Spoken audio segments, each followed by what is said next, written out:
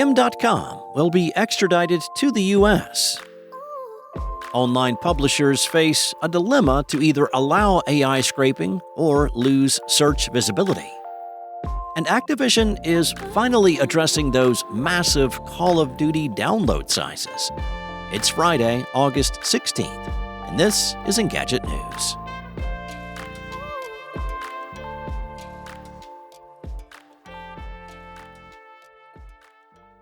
Kim.com, the mega upload founder and hard-partying face of early 2010s online piracy, is finally headed to the U.S. Reuters reported that New Zealand's Justice Minister signed an extradition order on Thursday to end the entrepreneur's nearly 13-year legal battle, paving the way for the German-born Dotcom to face charges from the U.S. government. The decision came more than 6 years after a New Zealand court ruled Dotcom could be extradited to the U.S., paving the way for appeals that culminated in the decision. Once the 13th most visited site online, the file hosting site Mega Upload was a hotbed for pirated content.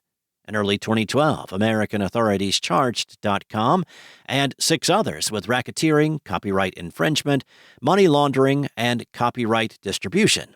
The U.S. indictment claimed Mega Upload cost copyright holders $500 million in damages, while making $175 million from ads and premium subscriptions. The raid on Dotcom's Auckland mansion was dramatic fare among 2012's relatively tame headlines.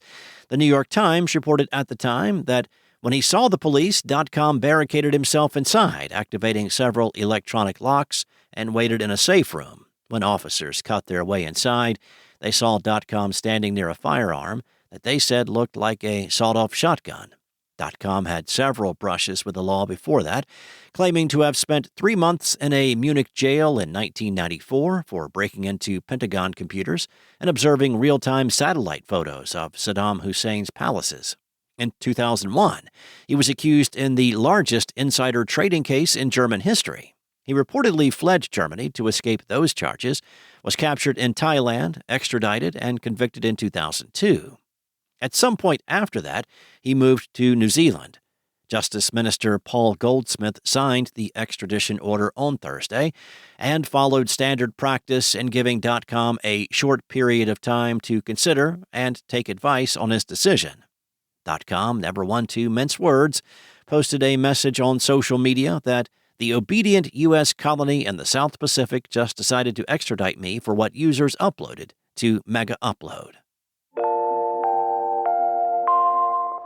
As the U.S. government weighs its options following a landmark monopolist ruling against Google last week, online publications increasingly face a bleak future. And this time, it's not just because of severely diminished ad revenue.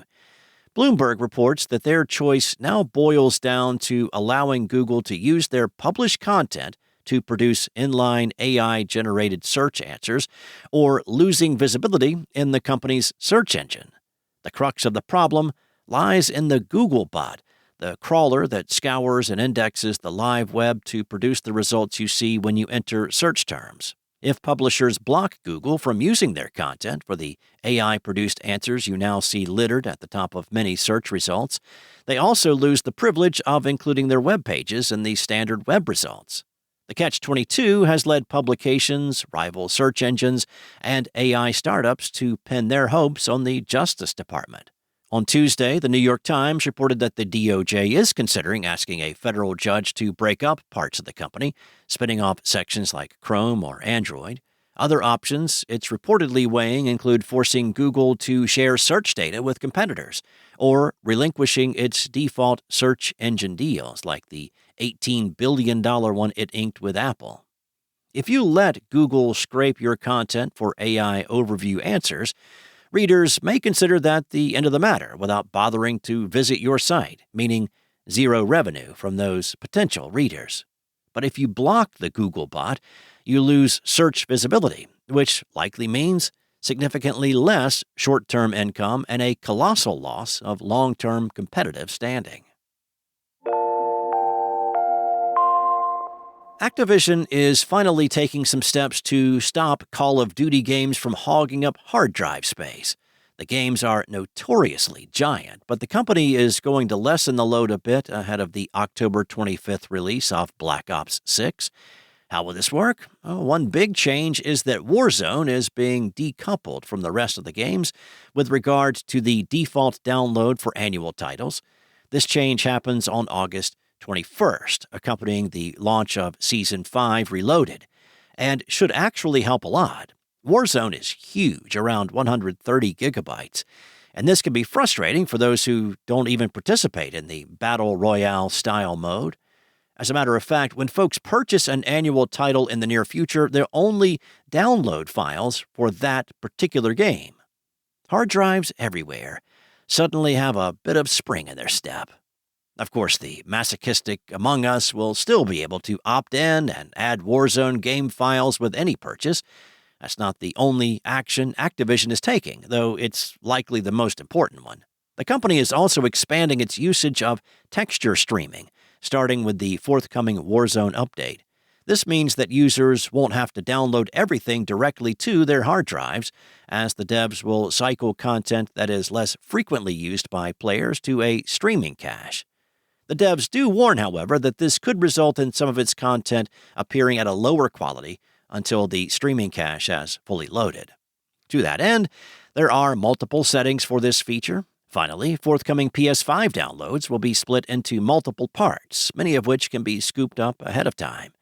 These downloads will also include file optimizations to further reduce the size.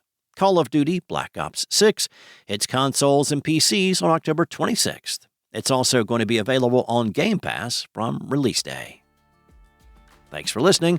There's more to these stories and additional articles at Engadget.com. This episode featured journalism from contributors Will Shanklin and Lawrence Bonk, and was voiced and produced by me, Steve White, from the Spoken Layer Studios. Enjoy your day, and I'll be back tomorrow with more tech news from Engadget.